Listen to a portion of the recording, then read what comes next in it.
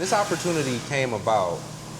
What made you say, that's me? That's what I would like to put my energy and effort into next. My beer experience, I guess, it really started when I was in the military. So I was stationed in Cheyenne, Wyoming, and right south of Cheyenne there's a city called Fort Collins, and Fort Collins is really big that's where New Belgium is from, where they have Fat Tire beer. And so I would go to the breweries in Fort Collins, once or twice a week to just have fun, right? The brewing culture is actually really fun, really amazing. So we would play games there, we would, stay on the lawn, ride our bikes, we would go on the tours, drink the beer. Something that I learned is just how amazing the culture was and how fun it was. And at the same time, you get to drink beer, right? As far as an investor is concerned, something that's shelf stable, that you can sell in stadiums or restaurants or liquor stores or all this other stuff. It's a good product that if you hit it right and people enjoy your product, it can stand the test of time. So I always wanted to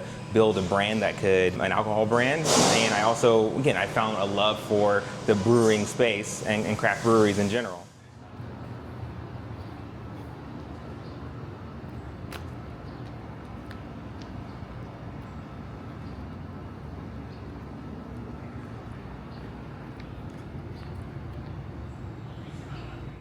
Right now we are trying to get it together. Absolutely, man.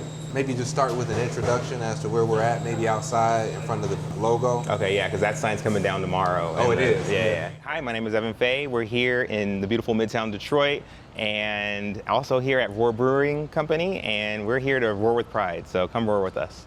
So we're here at Roar Brewing Co.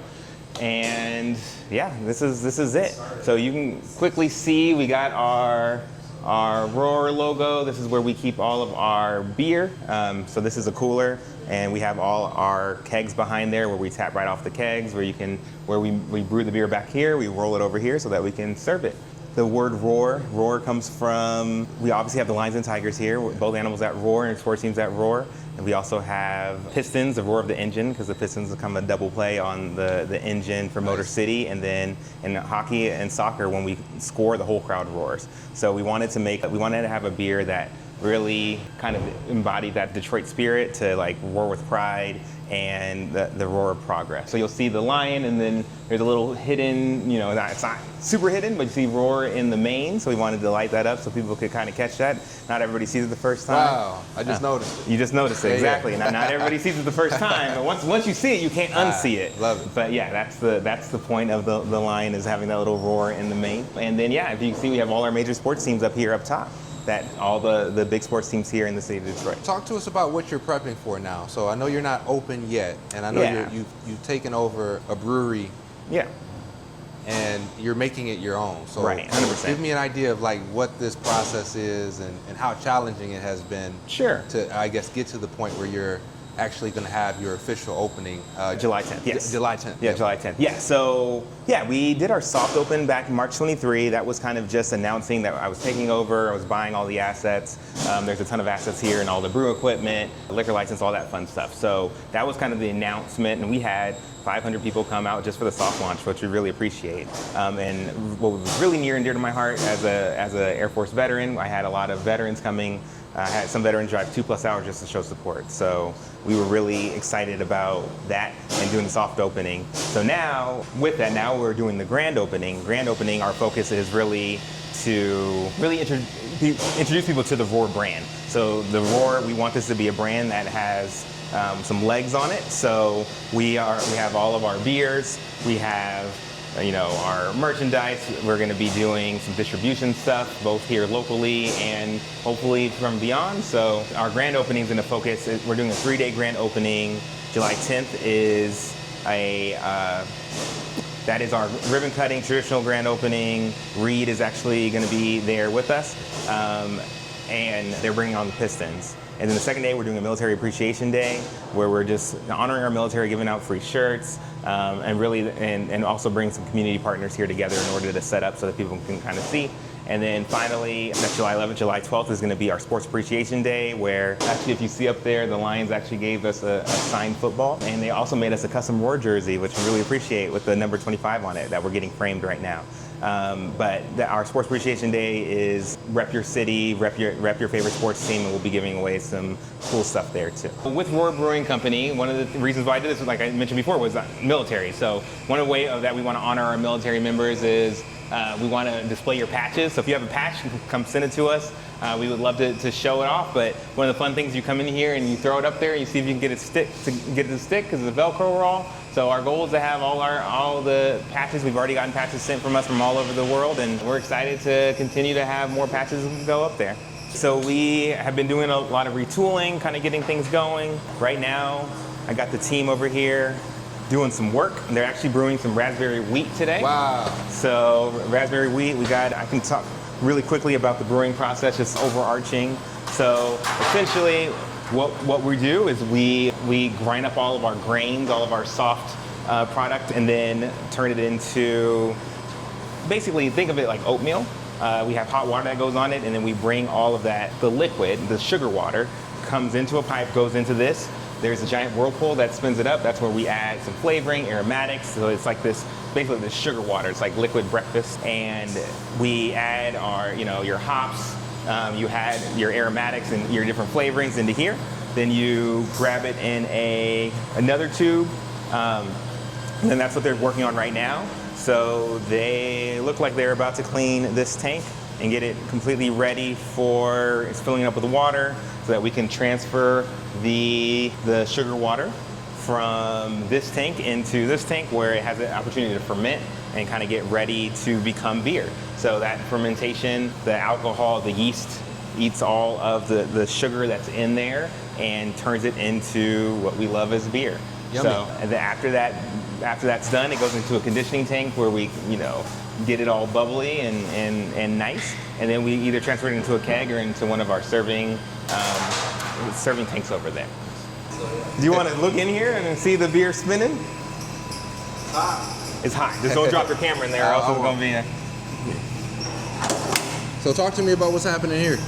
So this is our raspberry wheat beer. So it is spinning around, it's percolating and getting all delicious. Boiling. It's boiling, yes, and it's in a whirlpool, so that keeps everything moving, and we're getting it ready.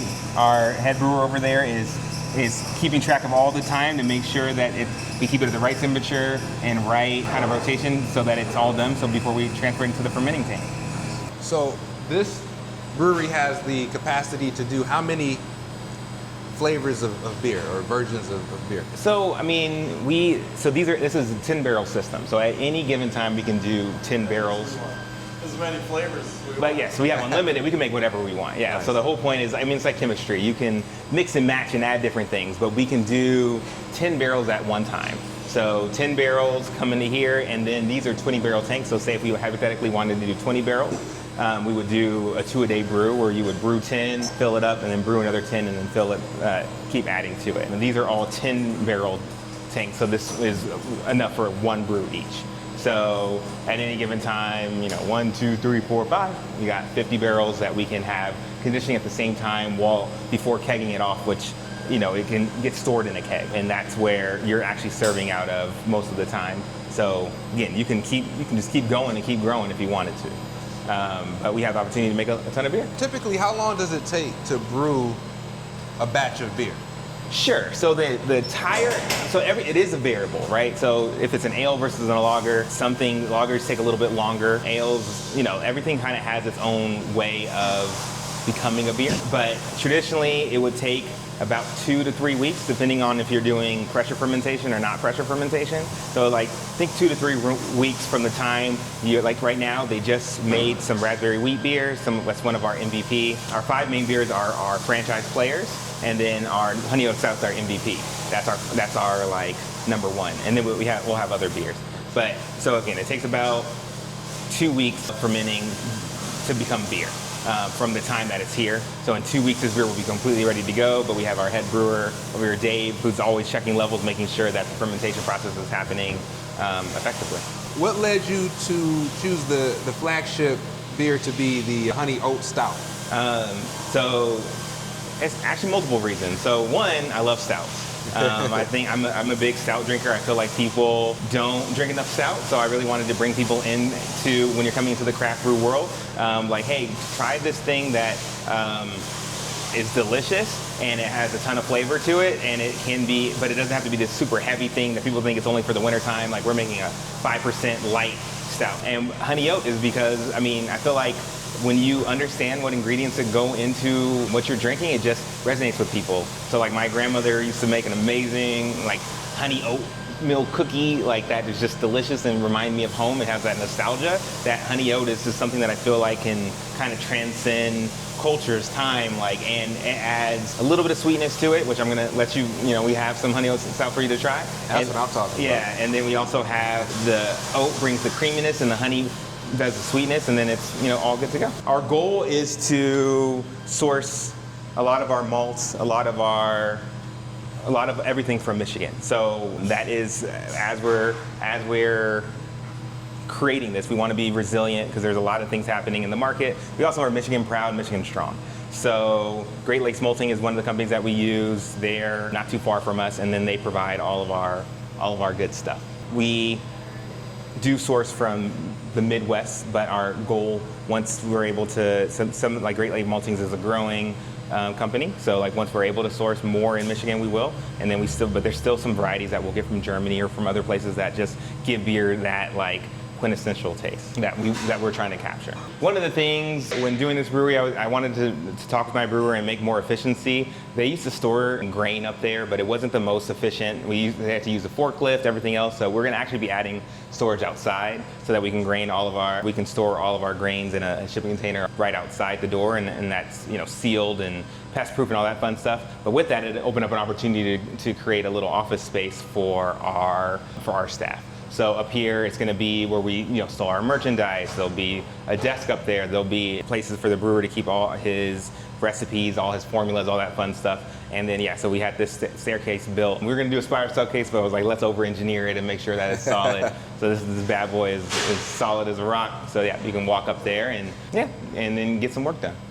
For those who don't know, Evan is actually a developer as well. Yes. And so he has an eye for quality. Yeah, it's all about, I work with some good GCs and some good contractors. And as a developer, if you want to build something to last, you got to build it. You can't skimp out on things like having solid wood and having it solidly built. So what got you into the beer business, right? Sure. I know you have experience on the cafe side, but when this opportunity came about, what made you say, that's me, that's what I would like to put my energy and effort into next? Yeah, honestly, so my brewing, like my beer experience, I guess it really started when I was in the military. So I was stationed in Cheyenne, Wyoming, and right south of Cheyenne there's a city called Fort Collins, and Fort Collins is really big that's where New Belgium is from, where they have Fat Tire beer. And so I would go to the breweries in Fort Collins, once or twice a week to just have fun, right? The brewing culture is actually really fun, really amazing. So we would play games there. We would, stay on the lawn, ride our bikes. Like we would go on the tours, drink the beer. Tours are going to be a huge part of the brewery too. And I can talk to you about like literally we're going to have 3 tours a day. Our staff is all giving the tours. Like our beer tenders give a tour during their shift. Like it's a whole fun thing because we want to have fun. But that's something that I learned is just how amazing the culture was and how fun it was. And at the same time, you get to drink beer, right? Like as far as an investor is concerned, something that's shelf stable, that you can sell in stadiums or restaurants or liquor stores or all this other stuff. It's a good product that if you hit it right and people enjoy your product, like it can stand the test of time. So I always wanted to build a brand an alcohol brand. And I also, I found a love for the brewing space and craft breweries in general.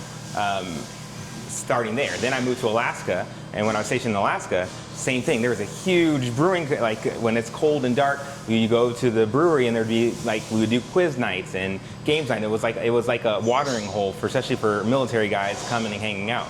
And then I would travel all over the country whenever I was going stationed other places, and that's where we would go. We would go to cafes and breweries. So one day I was like, I want to own, that would be so awesome if one day when I'm a grown up, I can own a brewery. So when I got out the military and this opportunity came available, I was like, this would be so dope. Nice. If we're able to do this, we're able to brew beer, give tours, have the experiences and share the experiences. Because before when I was in college, it was like beer pong, it would be natty lights and but like all these beers that are not the best, right? And so that's what I thought beer was, and I didn't consider myself a beer drinker. But once I started exploring and trying these different styles of beer, I'm like, oh wow, this is like, it's kind of like wine. Like people become a wine drinker, I became a beer drinker. Like wow, you can tell the difference between an IPA or a Saison or a sour versus a stout. And it's so much complexity and so much stuff you can kind of get into it. So it was dope. I mean, honestly, so this opportunity came up, I was like, you know, as I do real estate development, ultimately I'm hoping to buy this whole building and build on top of it, add apartments above it. That's part of the plan. But really the first step is really creating this brand, you know, and like making a really fun, we want to be unapologetically fun, where, I mean, we're gonna have people standing up here and roaring, and when you get high fives when we score, we roar when we score. Like we are gonna have so much fun here, and I think that's gonna be what kind of stands the test of time for what the brand is. It's just a fun brand that you can really sink your teeth into when you're here. There was a time where I wanted to brew my own beer. I wouldn't say I'm a connoisseur of beer, but I saw the business opportunity, right? Because from my research, and I could be wrong with this, but from my understanding, you could produce a glass of beer for 25 cents. That'd be some real cheap beer for only 25-cent All right, beer. so correct me if I'm wrong. I mean, ultimately, it is water and their ingredients, right? Yeah. So there's water and ingredients. It depends on what style you have, what kind of yeast you have, like what kind. Like there are real costs associated with it. But the whole point is, the majority of it is water. Yeah. So, and water, depending on where you live, is going to be either. And we have really great water in Michigan, which is awesome. I'm very proud of our Michigan water going into our beer product, but it's mainly water. So yeah, the margins on most alcohol, because again, when I was doing my business research on like what business, alcohol was always one, because again, I just like to how shelf stable it is, and then I also think perfume and scents are like, the margins are ridiculous. Yeah, you get a little vial of liquid that doesn't cost anything, and people sell it for $200, $300. Like, what the heck? It's just for a cent. But with alcohol, I think you can have a lot more fun with it than a cologne, right? Or a perfume. But the margins historically are pretty decent on beer. You know, obviously there's been some prices going up, and then some people's enthusiasm for alcohol in general is going down. But so that's why we're selling the experience as much as we're selling the beer. But the beer is going to be fantastic. Like our goal is to have really good beer. So. With all of this equipment in here, if you were to start from scratch, just the equipment alone, what would you think that would cost a new brewery from scratch to kind of get to this point? Yeah, I mean, so all in, including, I mean, you see this is a giant chiller right here, right? That's a big freezer. We have air compressors, and like we have this thing was built as an addition to become a brewery, but there's a literal drain lake or river that comes through here to capture all the water as you're getting it going. So all in, I mean, this is $1.5 to $2 million worth of real cost to get this going. If I wanted to start, especially from the ground up, like this thing was started at, because it was built as a brewery. So that for me is an amazing opportunity to buy a brand that wasn't necessarily being ultra successful just because they had other things that they were focused on, and they just were never really pouring into the brand. They were, you know, I was able to buy all of this equipment and buy everything and then really start from a good place. And when I met the head brewer here, because he was the brewer for everyone that he made amazing beer, I met him, I was like, oh yeah, we got that whole yin and yang thing, we can vibe, this is gonna be fun. So, and my big thing was like, hey, are we gonna have fun, and he has 25 years of experience. So, I mean, he's been brewing since he was a wee little one and has not stopped. So I knew that he made an amazing product, and I knew with the ingredients and the things that I wanted to create, once we made that fusion, that hopefully it would become something that was something to be proud of. So that's what we're working on and getting after.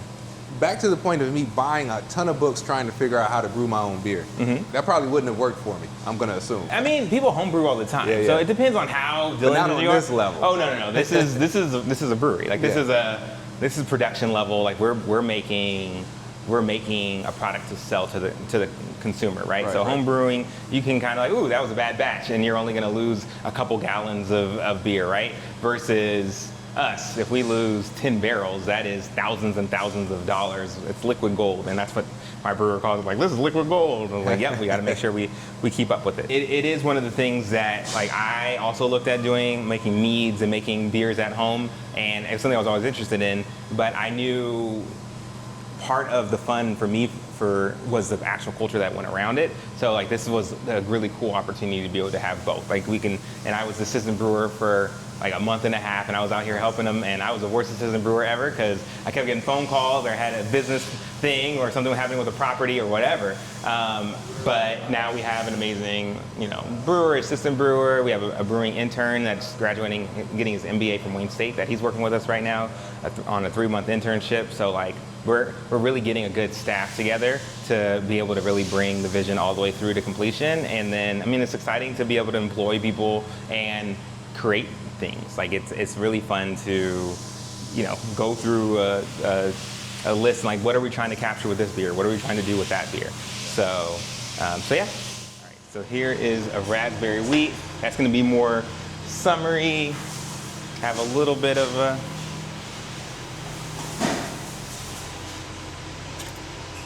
Cheers on, what day is today? Today is Tuesday? Tuesday, Okay. yes. Cheers on a Tuesday morning. I don't know if it's 12 o'clock yet, but it's 12 o'clock somewhere. She's laughing at me. Laughing. You just hit the mark. There it is. I gave you a little extra, there's some extra foam, which is called head on there, just so you can smell it, kind of get some of the aroma. And so this is the Honey Oat Stout. Yeah, so smell it first, breathe it in, and then that primes your palate. Cheers.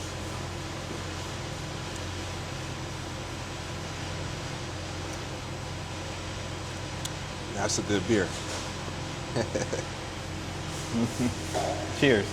If you want to find Roar Brewing Company, you can find us on Instagram at roar.det for Detroit, and our website is .beer. So, and if you're really interested in carrying Roar beer at your restaurant, whatever establishment, please hit us up at hello@roar.beer. Thank you so much. Appreciate it. Come roar with us.